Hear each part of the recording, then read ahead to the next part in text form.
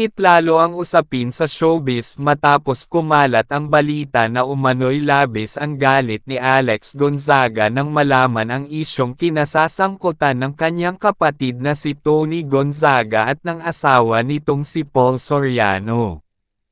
Ayon sa mga usap-usapan sa social media, hindi umano napigilan ni Alex ang kanyang emosyon matapos marinig ang tungkol sa di umano'y panloloko na nagdulot ng matinding sakit kay Tony.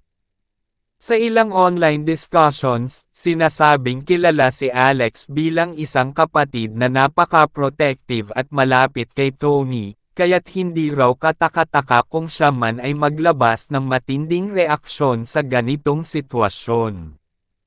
Para sa maraming netizens, natural lamang ang ganitong emosyon lalo na kung may kinalaman sa kapakanan ng isang mahal sa buhay. May mga netizens na nagsasabing kung totoo man ang mga kumakalat na ulat, posibleng naging emosyonal ang mga pribadong pag-uusap sa loob ng pamilya Gonzaga. Ayon sa kanila, ang ganitong uri ng isyu ay hindi lamang sumasaklaw sa mag-asawa kundi pati na rin sa kanilang mga malalapit na kamag-anak na direktang naaapektuhan ng pangyayari.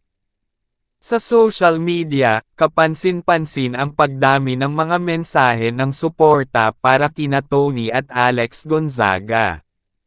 Marami ang nagsasabing hanga sila sa closeness ng magkapatid, at naniniwala sila na sa ganitong mga pagsubok, ang pamilya ang nagsisilbing pinakamalakas na sandigan. Gayunpaman, may mga netizens din na nananawagan na maging maingat sa pagbibigay ng conclusion.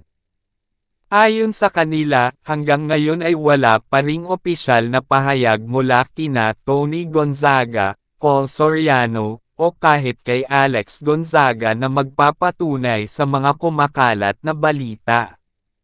Dahil dito, may posibilidad na ang ilan sa mga detalye ay bahagi lamang ng haka-haka. May ilang showbiz observers din ang nagsasabing ang ganitong uri ng kontrobersya ay kadalasang lumalaki dahil sa mabilis na pagkalat ng impormasyon sa social media.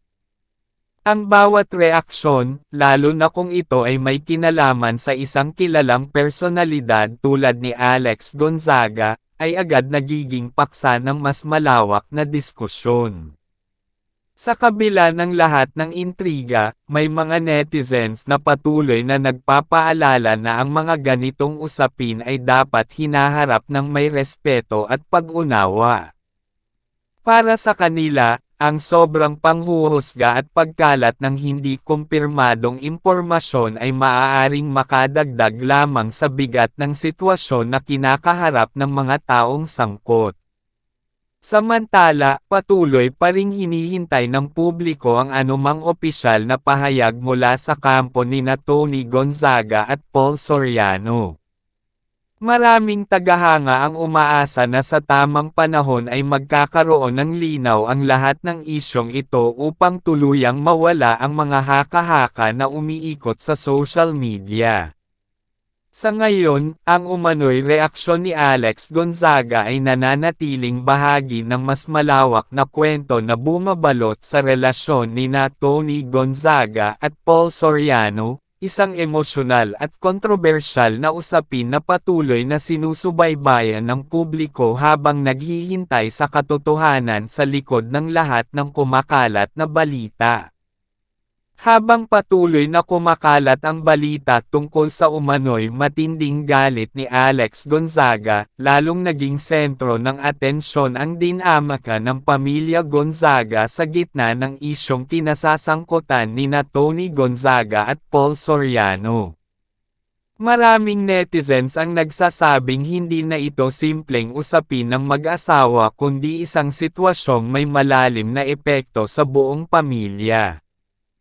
Ayon sa ilang usap-usapan online, sinasabing labis umanong nasaktan si Alex sa mga detalye na kanyang nalaman, dahilan upang hindi niya maitago ang kanyang emosyon.